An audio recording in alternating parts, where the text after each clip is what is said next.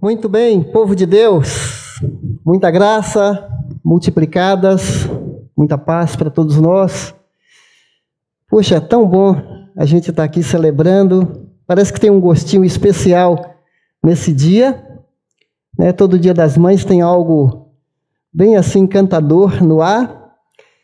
E no ano passado a gente nem pôde ter um culto, ainda que com pouca quantidade de pessoas. Vocês se lembram que o ano passado, só em agosto, que retornamos com as transmissões, ou melhor, o culto semipresencial. E nesse Dia das Mães, está melhor ou não está? Graças a Deus, não é? É aquela questão do copo que está com pouca água. Para algumas pessoas só tem pouca água, mas para outras, graças a Deus que ainda tem água. Então vamos ser esperançosos, otimistas, dar graças a Deus. Um grande abraço para vovó, que está aí nos acompanhando no culto online. Tem vovós aqui também. Estou vendo aqui pelo menos Dona Maria aqui, a mãe da Ana, a Áurea, Wanda. Wanda já é vó também, né, Wanda? Que a gente fala assim, aí esquece, depois vem uma bronca. Você esqueceu de mim. Então, todas as vovós aqui, Dona Isaura também, e bisavós que estão em casa, bisavós aqui, parabéns, que seja um dia muito especial, assim, de celebrar que Deus tem preservado vocês em sua missão de mãe, de vó, e louvado seja o Senhor por isso.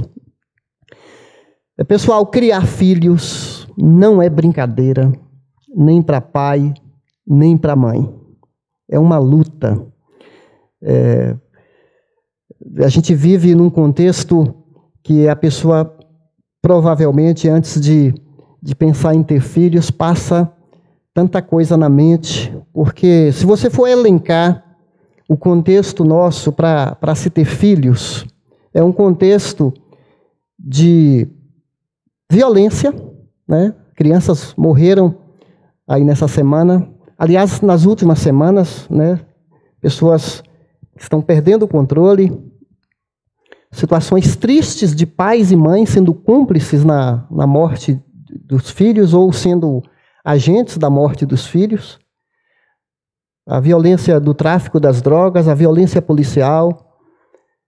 Se a gente for parar no contexto da influência que os filhos recebem pelas mídias, formadores de opinião, gente aí que tem nossos filhos como seus seguidores. Nossos filhos estão ouvindo mais as vozes de gente da mídia do que da própria casa, né? Essa influência antiga, hoje a gente tem uma concorrência, uma ampla concorrência, disputando o coração. Tem uma expressão na Bíblia que fala de alguém que furtava o coração dos filhos.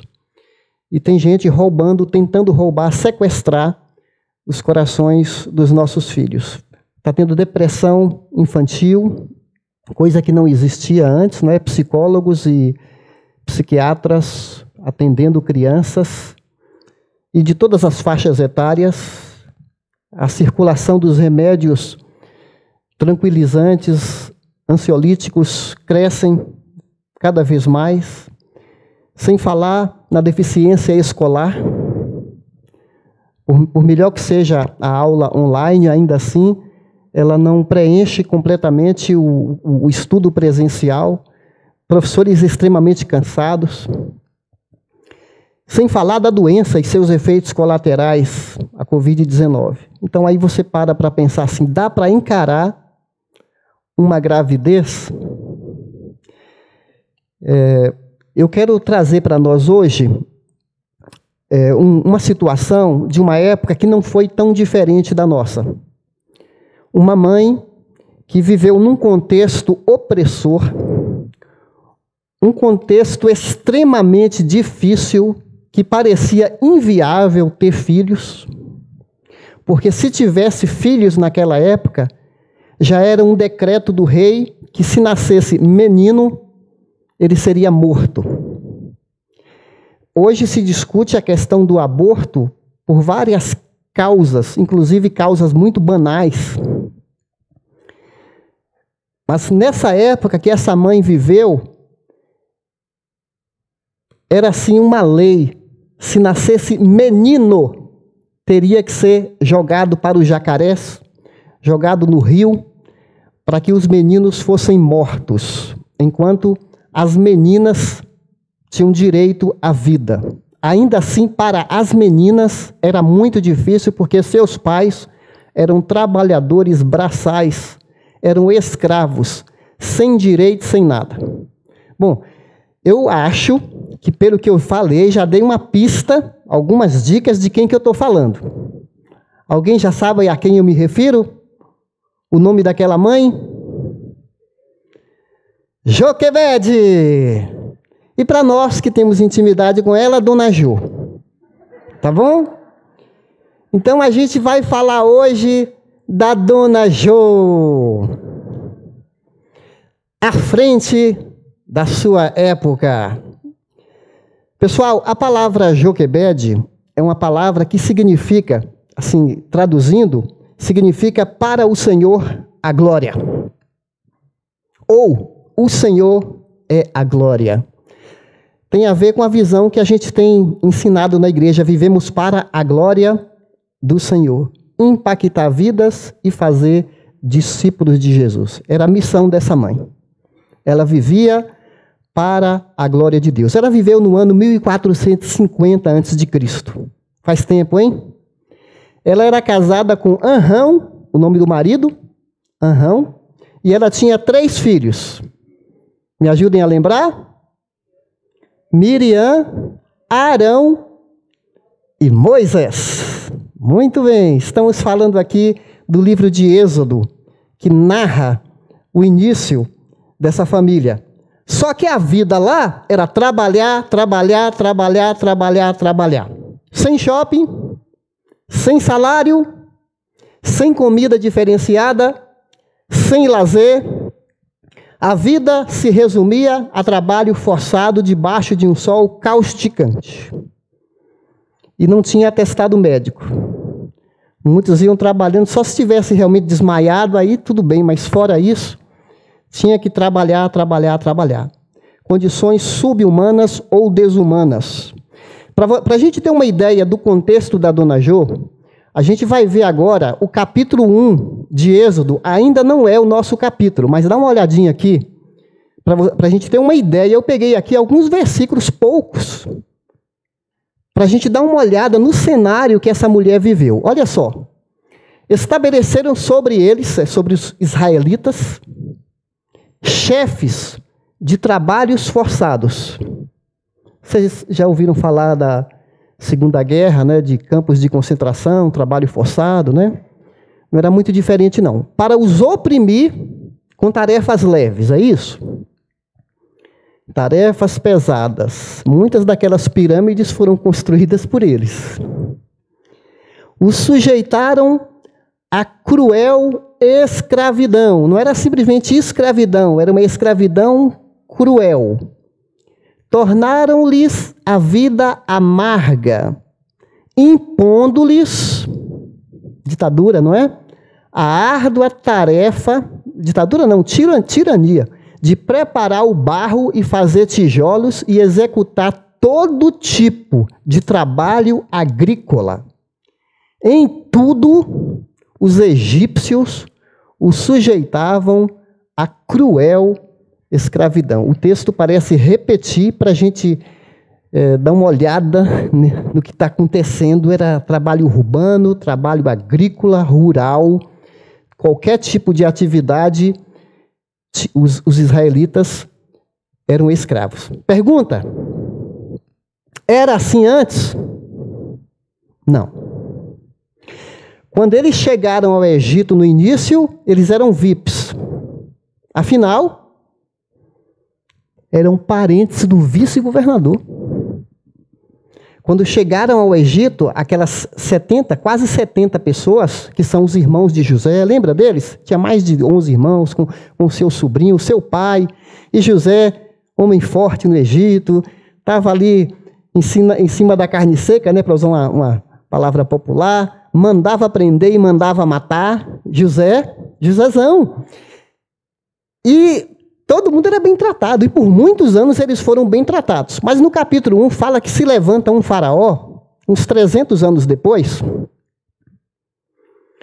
que não queria saber daquela história de que o povo de Israel estava bem na fita. Nada disso. Ele começou a ver como um político, como um cara, um político bem desses mau caráteres. Ele começou a perceber assim, se esse povo escravo crescer, e estava aumentando a quantidade deles, na época da Joquebede, sabe quantos israelitas tinham? 2 milhões. Era muita gente. O faraó falou, opa, se esse povo se levantar, eles já são mais populosos do que os egípcios, vai ter um levante, vai ter uma guerra civil. Eles podem querer tomar o poder. Então, desceu a lenha, mais escravidão, mais opressão, para tirar toda a paz desse povo. Pergunta, você teria... Você gostaria de ser uma mãe nessa época? Você gostaria de ser pai? Nesse contexto, de preparar seu filho? Aí ele colocou, primeiro, ele mandou que 2 parteiras jogassem os bebês no rio. Essas parteiras estão aqui no capítulo 1, só para a gente ganhar tempo. O nome de uma era Sifrá e Puá. Dá até nome de dupla sertaneja, né? Sifrá e Puá. As duas eram israelitas, mas na hora que as mulheres concebiam, elas não matavam os meninos.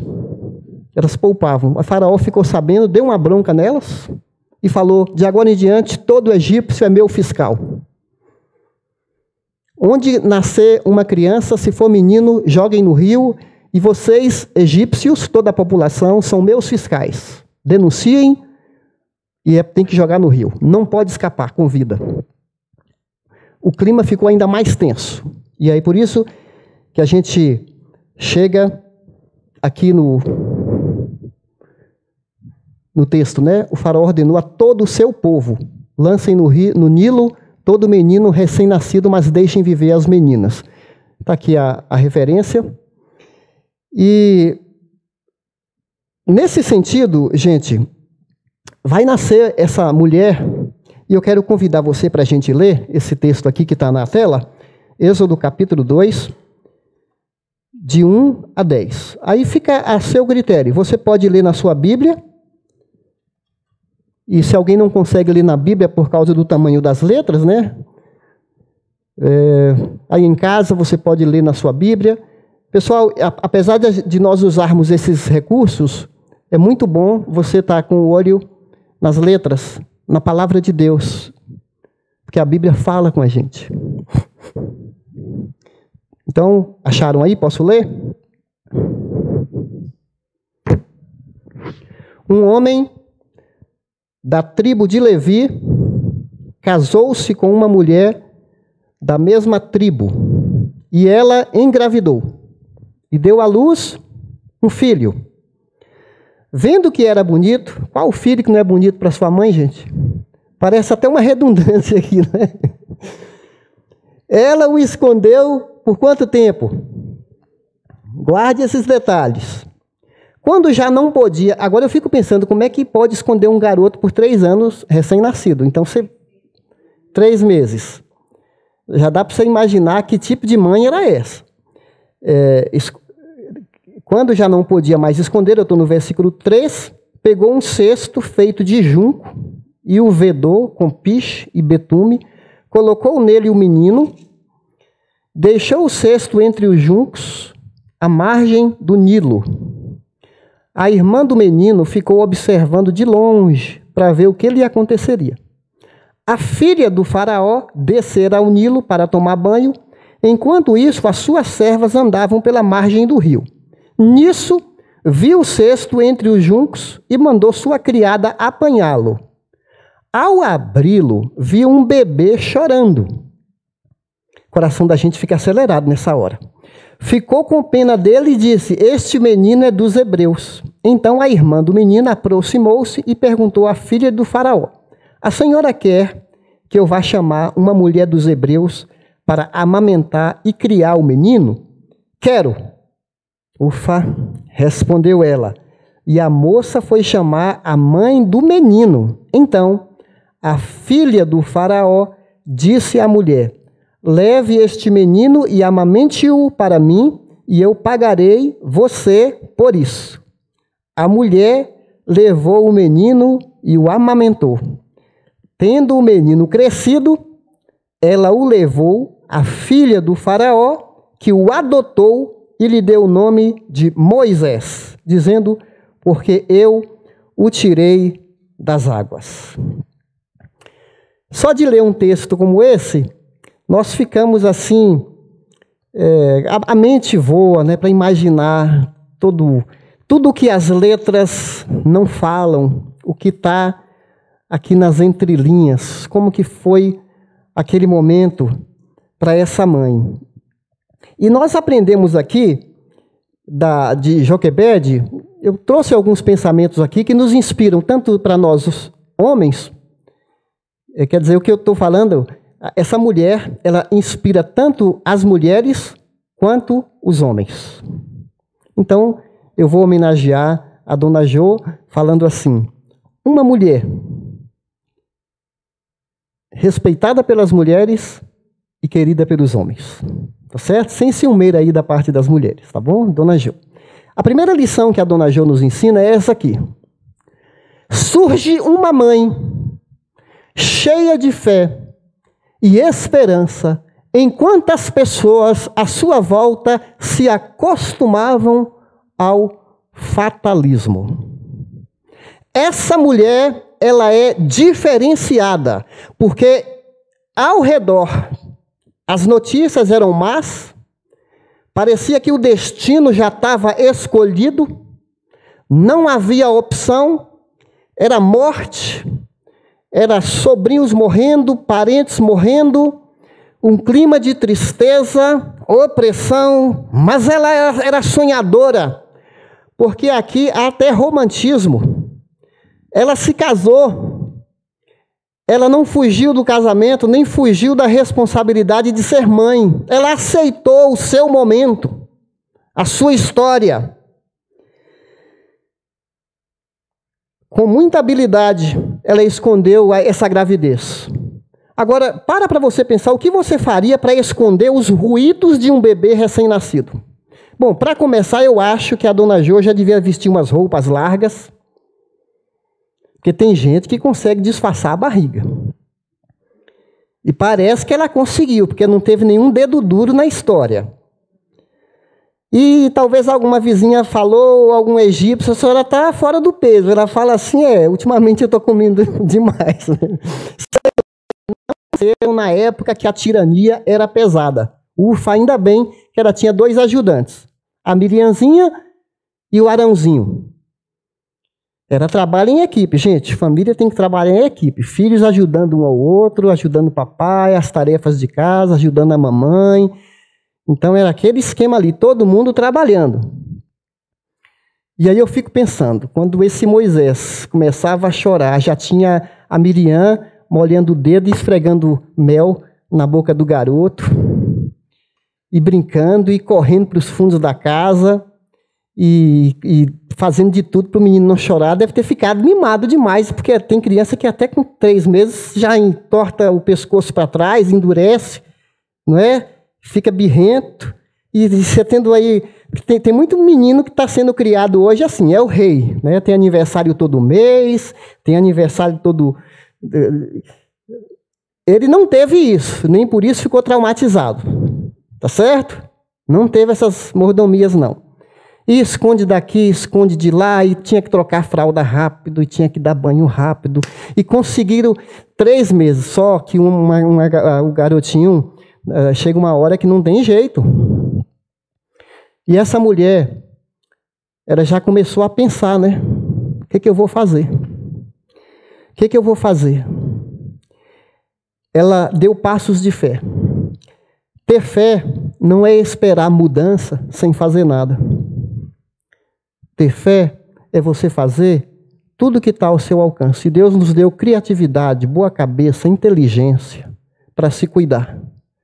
até para fugir, usar os protocolos, não é? Você sabe que um querido nosso aqui, o Afonso, eu troco correspondência, né, WhatsApp com o Afonso direto, aí o Afonso estava me falando, aí uma coisa que ele falou que eu não tinha pensado, ele falou, pastor, a própria mãe de Jesus, quando viu que o Herodes estava chegando na cidade, ela, deu no pé com a criança, fugiu da morte. Se a Maria fugiu da morte com Jesus recém-nascido, por que a gente não tem que tomar os cuidados com a pandemia? Então vamos tomar cuidado e vamos fugir da morte. Parabéns, Afonso, da hora isso aí. O que eu estou falando mesmo? Voltando para essa grande mulher aqui. Há casais novos com medo de ter filhos, mães medrosas enchendo a cabeça da criança de medo, pai cheio de medo também, assustando os filhos, criando os filhos com traumas. Daqui a pouco eu vou falar sobre essa questão de liberar os filhos, né, e não ficar protegendo e excesso de proteção. Mas aqui, gente, eu pensei nessa frase aqui, não é? A mão era de ferro. É uma expressão dos tiranos, né? Governa com mão de ferro. Do outro lado, mãe de fé. Ah, gente. Donas Déboras, mulheres de oração da nossa igreja, como vocês são importantes. No meio das piores opressões, vocês lutam com uma garra e vocês destronam impérios, desmontam fortalezas de ideologias, de ameaças e de influências que tentam matar seus filhos. Parabéns, mulheres. Outra, aqui sim. Por que ela é uma mulher de fé? Olha aqui, gente, não sou eu que estou falando, né? Pela fé, Moisés, apenas nascido, foi ocultado por seus pais. A gente está junto também. Aqui, porque falou lá só da dona Jô, mas o Anrão está na área. Aliás, eu fico pensando que o nome dele era Anrão, porque o Anrão concordava com tudo da esposa. Então, tem os maridos Anrões aqui, né, Ricardo? Olha o Ricardo Anrão ali. Faz todos os gostos da Rosângela. É ou não é? Então, o Anrão, ele era um personagem participativo. Eles viram que a criança era formosa, também não ficaram amedrontados pelo decreto do rei. Faraó, escravidão, eles não ficaram amedrontados porque há um Deus superior, soberano. E quando a gente vive para Deus, não importa as circunstâncias, não é verdade? Ela sabia, Deus tem um plano para a minha vida, um plano para meus filhos, nós temos promessas. Deus tinha prometido para os pais dela, Abraão, e ela ensinou isso para Moisés. Deus vai nos tirar dessa terra. Tem muita coisa que acontece, mas Deus vai intervir. Ela tinha essa esperança no coração. Gente, surge uma mãe que sabe esconder o filho na hora certa, mas sabe quando é a hora de confiar em Deus para expô-lo diante de um mundo mau. Que dificuldade, gente. Imagina você criar um filho com tanto amor e ameaça de morte. Qual é a saída? A dona Jô, ela foi pensar que, de repente, a saída poderia ser o próprio rio. No cenário de morte, ela falou, dali pode ser o livramento que Deus vai mandar. E ela conhecia a história de Noé. Ela não ia fazer uma arca de Noé, mas ela bolou aqui uma estratégia. E, às vezes, as soluções vêm dos lugares mais inesperados. E essas questões povoavam a mente de Joquebede. Gente, os filhos não são nossos. Os filhos são de Deus. A nossa responsabilidade é treiná-los para a vida. Muitos pais aqui e mães chegaram aqui onde eu estou, em pé, e ofereceram os filhos para Deus. Quantos de vocês já fizeram isso? Se não nessa igreja, em outra igreja, não é? Mas vocês já fizeram isso para isso. Isso é entrega, é reconhecimento da sua fraqueza e falar, eu confio no Senhor. No meio de todos os obstáculos que meus filhos, doenças, morte, ameaças, influências vão enfrentar, eu o consagro para criar para o Senhor. Era essa o coração de Joquebede. Tem muita gente reclamando nesse período de pandemia porque tem que ficar isolado. Ela tinha que ficar isolada à força com a criança.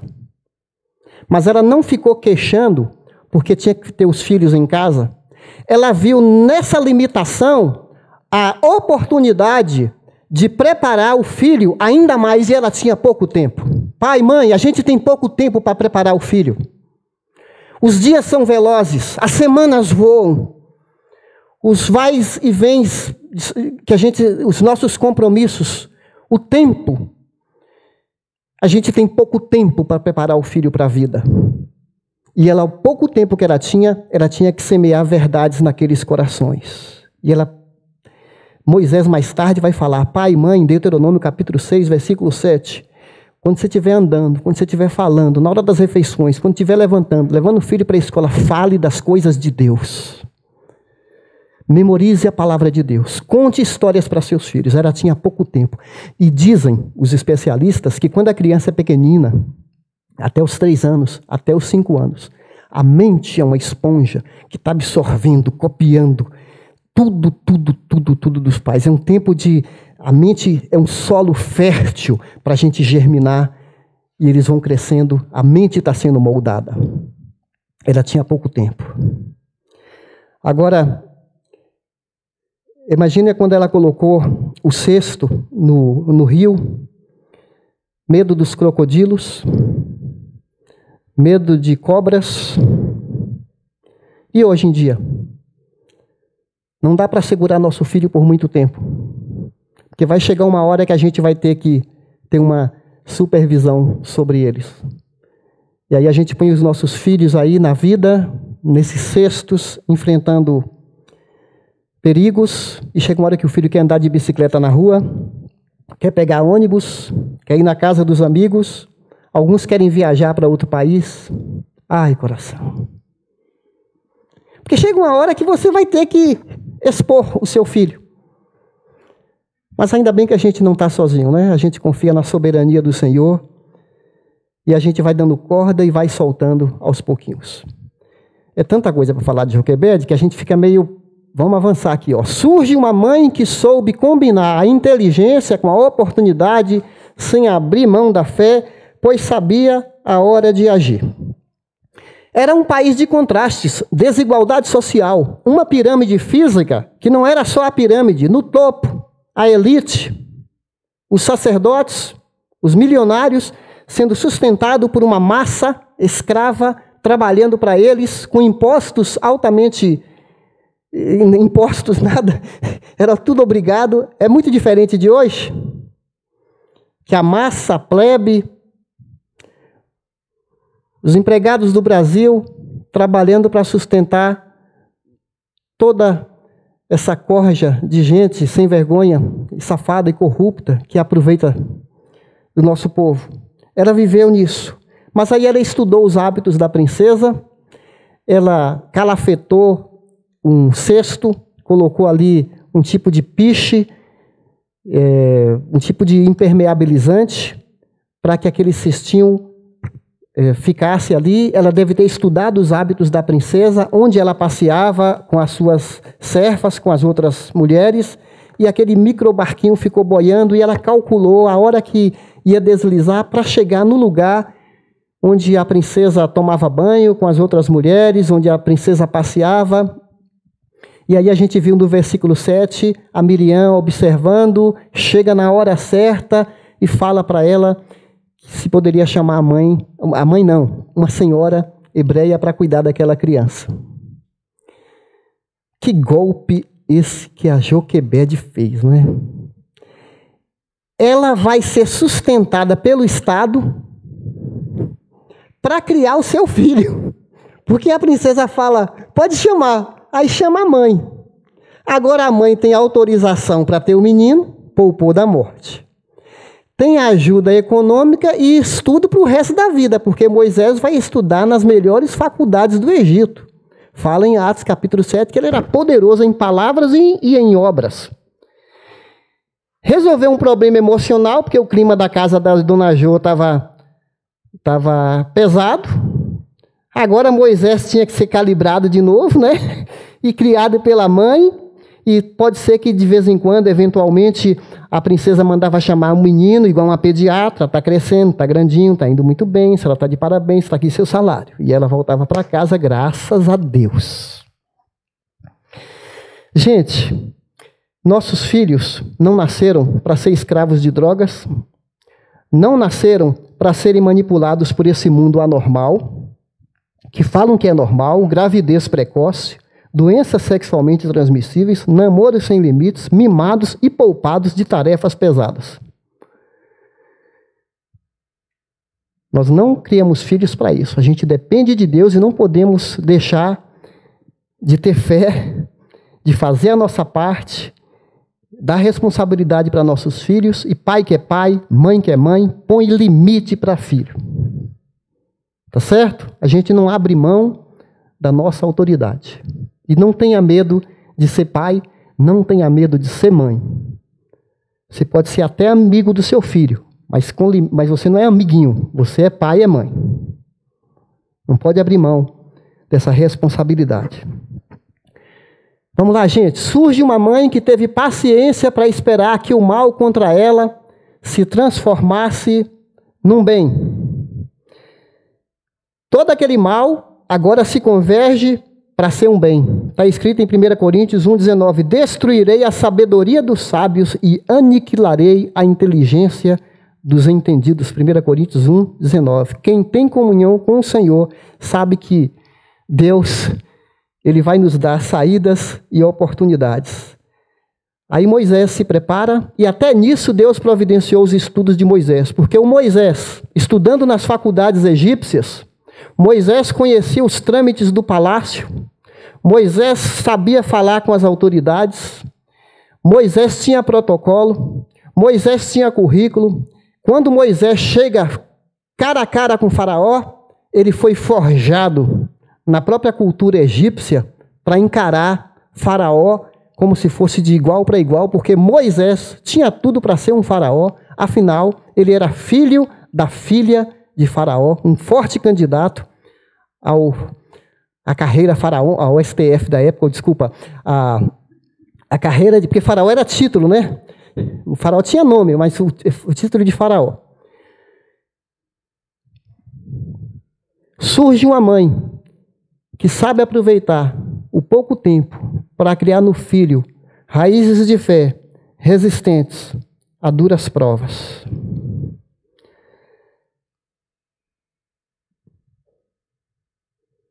Então ela procurou, como Dona Lloyd, como Dona Eunice, que criaram Timóteo, desde pequenino, ensinando as sagradas letras, para que quando ela entregasse Moisés, porque chegou uma hora que ela teve que entregar Moisés. Eu não sei quantos anos tinha o garoto. Se tinha 3, se tinha 4, se tinha 5. O fato é que Joquebede teve que entregar o garoto para a princesa, mas quando ela entregou o menino, ela podia... O trabalho está feito. Deus sabe o que fazer agora.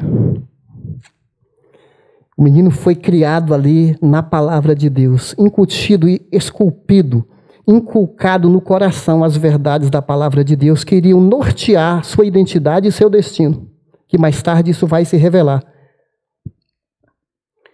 Isso vai se revelar aqui, olha. Aqui é Hebreus, tá? Pela fé, Moisés, já adulto, recusou ser chamado filho da filha do faraó, preferindo ser maltratado com o povo de Deus a desfrutar. Jovens, qual é a sua opção de vida? Desfrutar os prazeres do pecado durante algum tempo. Pela fé, saiu do Egito, não temendo a ira do rei, e perseverou porque via aquele que é invisível. Aqui a gente vê que a mãe plantou verdades, e ele não quer dizer que, por mais que a gente plante verdades no coração dos nossos filhos, que eles vão seguir as suas pegadas.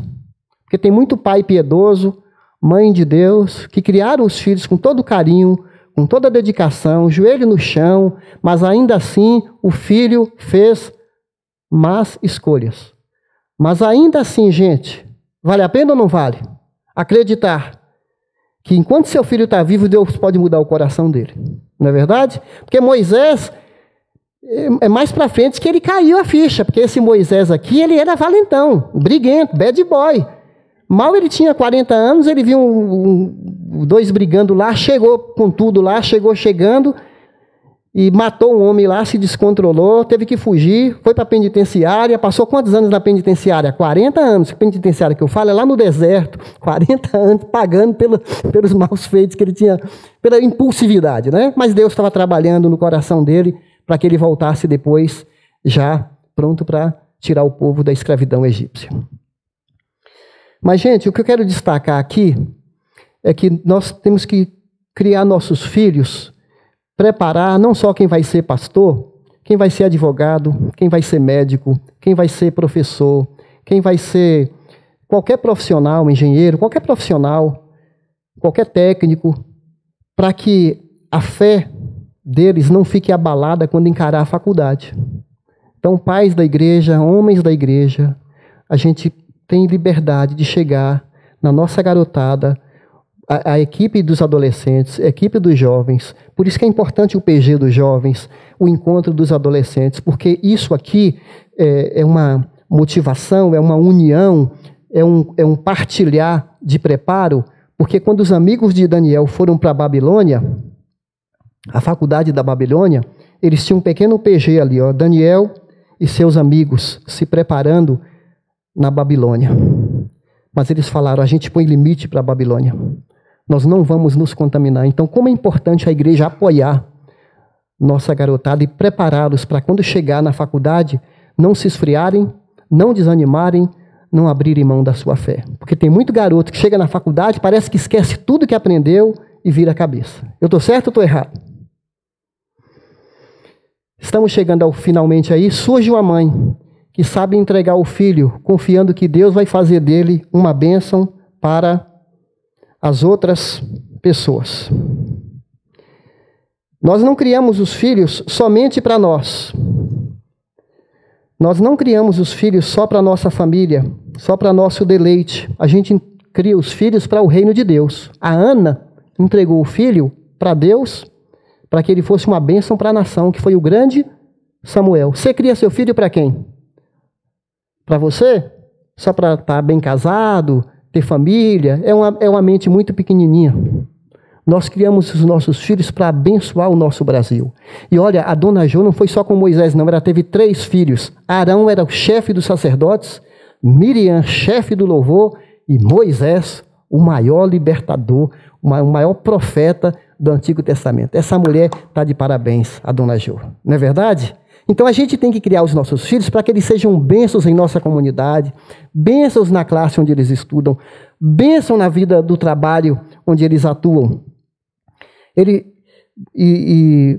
O apóstolo João fala, eu não tenho maior alegria do que saber que meus filhos andam na verdade.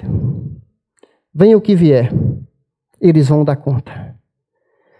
Se o filho foi grande, Moisés foi grande, a mãe foi extraordinária. Não é verdade, gente? E agora eu passo para um segundo momento do nosso culto, fazendo uma comparação. Moisés libertou o povo do Egito. Jesus nos liberta da escravidão. Moisés derrotou Faraó. Jesus derrotou Satanás. Moisés deu maná, aquele maná que caiu do céu. Jesus é o próprio pão da vida. Moisés levou o povo para a terra prometida. Jesus está nos conduzindo para a mansão celestial no céu. Moisés trouxe a lei. Jesus derrama sobre nós graça, sobre graça, sobre graça, sobre graça. E quando o exterminador de crianças surgiu no Novo Testamento, um outro faraó, na pessoa do Herodes, mandou matar todas as criancinhas também. Uma outra mãe, à frente da sua época, uma mãe de visão, chamada Maria, prepara seu filho para ser o grande libertador da humanidade, Jesus. Se Moisés destruiu impérios, Jesus destrói todo o império das trevas junto e tudo mais. Porque ele morreu na cruz para comprar para nós a vida eterna e perdoar todos os nossos pecados e nos arrancar das mãos de Faraó, que é o tirano Satanás, que tenta nos escravizar para uma vidinha muito miúda, uma vidinha ordinária, uma vidinha sem graça. E Jesus quebra essas correntes e fala: viva, eu vim trazer vida para vocês. Ele é seu libertador, ele é seu Senhor. Então foi ele que morreu na cruz e criou a ceia para a gente poder celebrar a nossa vitória em Cristo.